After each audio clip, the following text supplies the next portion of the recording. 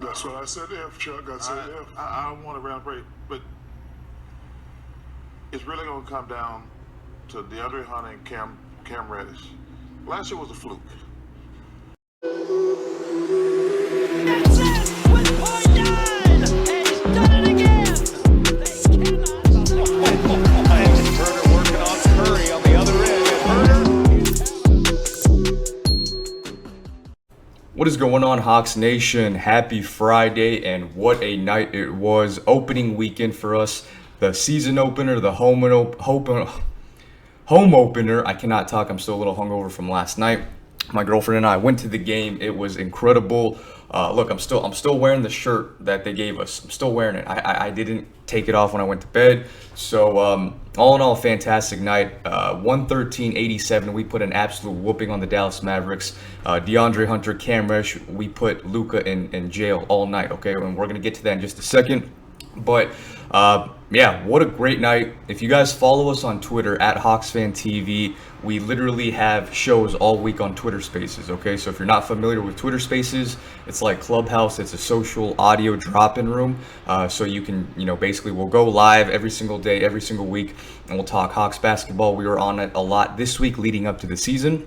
So it's a great way to connect with people from all over the world. If you want to get on the show and chime in, just follow us on Twitter at HawksFanTV, and you can join the show every single week. You'll get a little alert notification every time we have a show open. So on the show yesterday, during the pregame hype show, I told everyone, all of my followers, to take the Hawks -2.5. That's what Vegas had us at. And of course, we cover not only just by 2.5, but we win by 20 plus points. It was an absolute whooping. I told everyone last night that we would win by double digits, that our boys were going to be ready to play, and we were going to put the league on notice. And to prove that last year's run was not a fluke, Charles Barkley. If you guys all saw that clip from just now, Charles Barkley, and it's not just Charles, it is a lot of the other national pundits, writers, reporters that still are not giving credit to our Atlanta Hawks, but that is okay.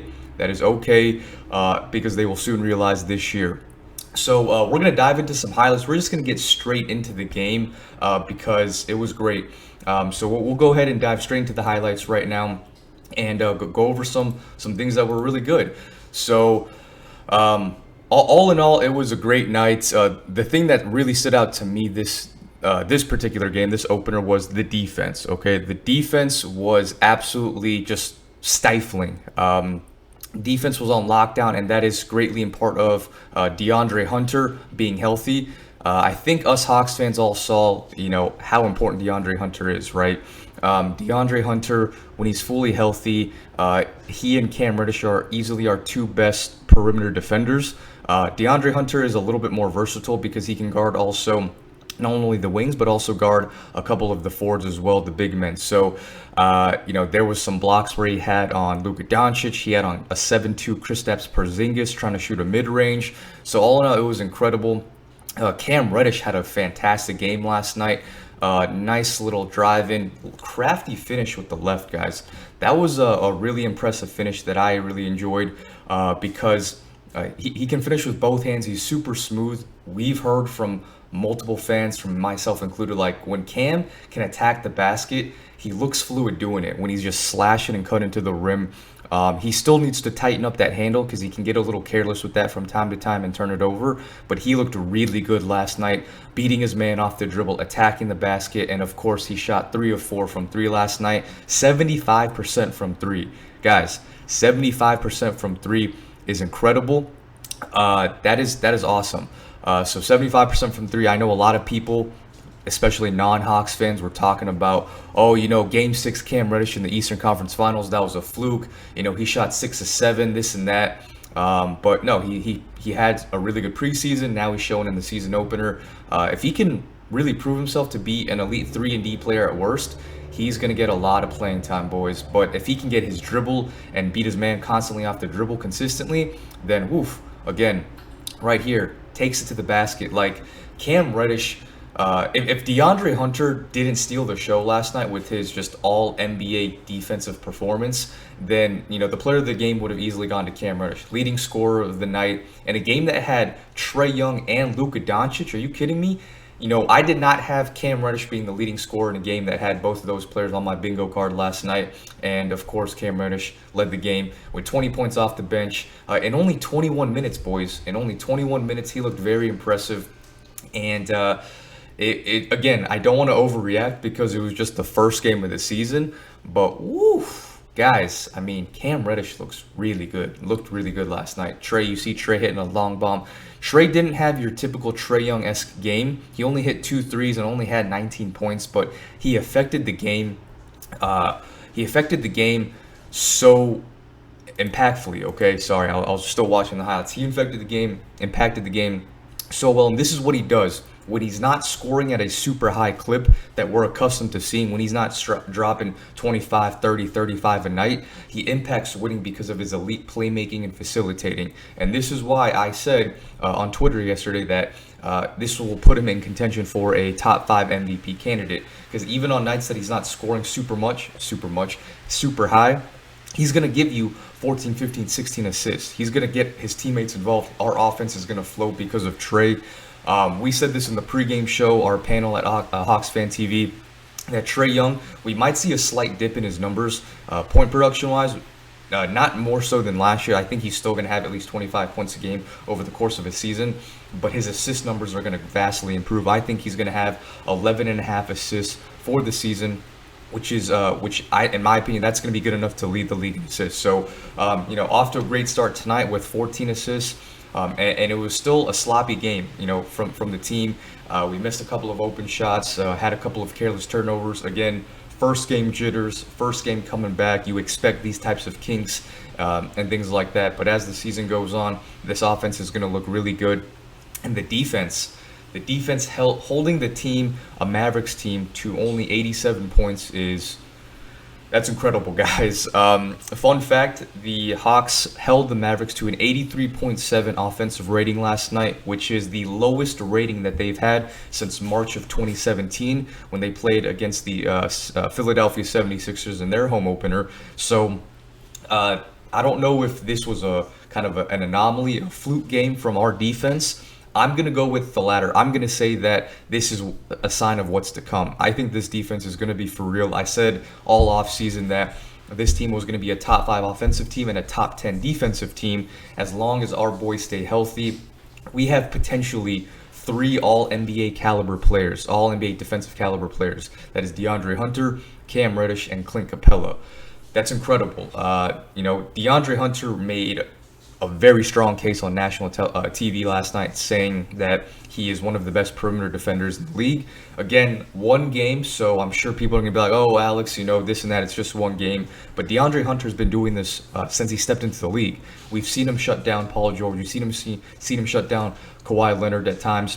KD, Kyrie Irving, things like that. He did it with Luka Doncic last night, holding him to 1 of 9 shooting. When DeAndre Hunter was the primary defender last night on Luka Doncic, he held him to 1 of 9 shooting and 1 of 13 overall for all Mavericks players.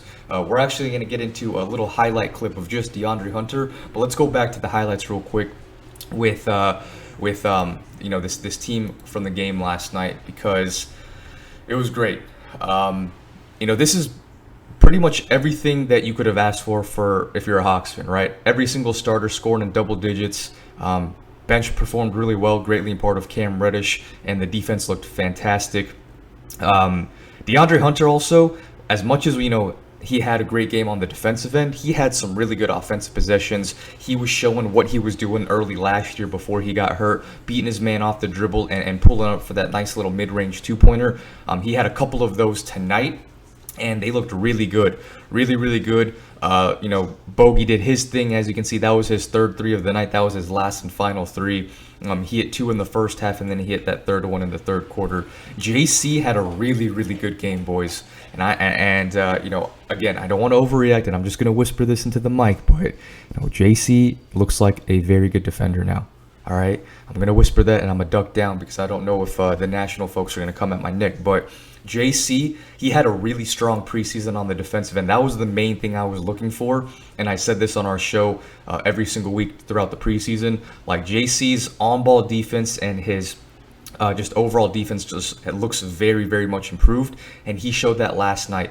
Like, if JC can end up being a above average defender, because his whole life he's been, and I'm being generous, up until this point he's been a average to a below average defender. Okay, average is being very generous, but what he's been showing in the preseason, what he showed last night, if he can end up being like a slightly above average defender, and then you add into the mix, of course, keeping Clint Capella protecting the paint, then you have DeAndre Hunter, Cam Reddish, Kevin Huerter, players like that. This can be a very, very strong defensive unit from this team, guys.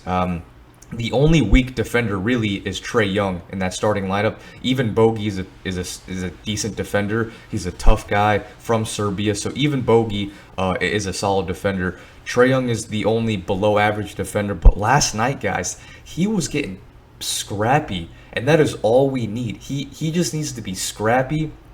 Look at that pass, Cam attacking the basket.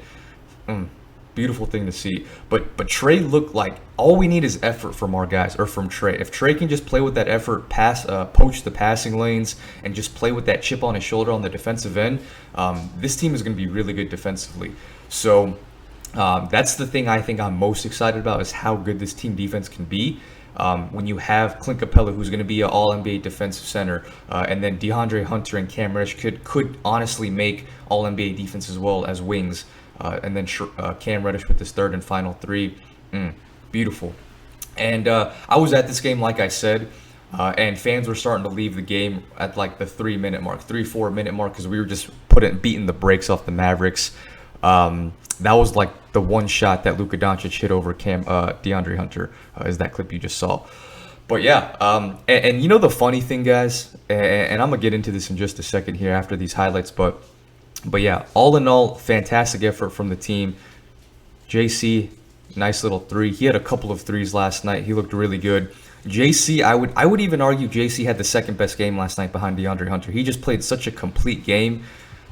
Sorry, that was Cam's last three of the game. But JC had such a complete end on both ends of the floor. Was rebounding, was defending. He had a couple of nasty blocks.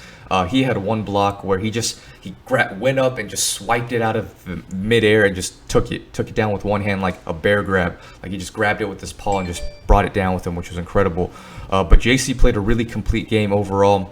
In a classic JC fashion, he was very efficient last night, especially in that mid-range in that 5 to 10 feet range, was hitting a lot of things. Jalen Johnson, by the way, now again, this was garbage time, so I don't want to put too much stock into it, but Jalen Johnson hit 2 threes last night. He was 2 of 3 from the three. So if JJ can improve and prove to him, the team that he can be a reliable, honest three-point shooter, he's going to find some playing time on this team, okay? Now, I was a little upset because, Solo was getting the bulk of those backup 4 minutes, which is exactly what I expected. I said in the pregame show that, now that Gallo has officially been ruled out, expect heavy doses of Solomon Hill, because Nate McMillan has a tendency to lean on his vets, and that's exactly what he did. So, but as the season progresses, I think Jalen Johnson can slowly start plucking away those minutes from Solo, because honestly, he's just a way better player. I don't care if he's 19 or 20 years old and Solomon's a vet. JJ's just a better player, and in today's league, you have to play your best players if you want to win games. But I have all the faith in Coach McMillan regardless, and that'll come with time and earning his trust. But one thing I want to address, guys, is, and be prepared for this, because everyone, all throughout the season, the narrative is going to change. They're going to say, instead of giving credit to the Hawks, like last year, they're going to point flaws at the other team. I've been on Twitter all morning. I've been reading different articles.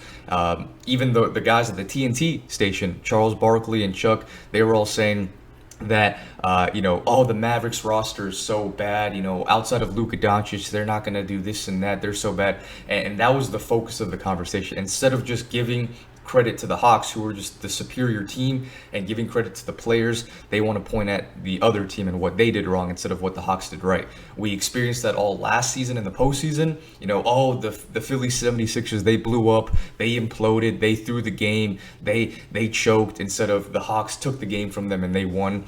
The Knicks were a mediocre team, this and that.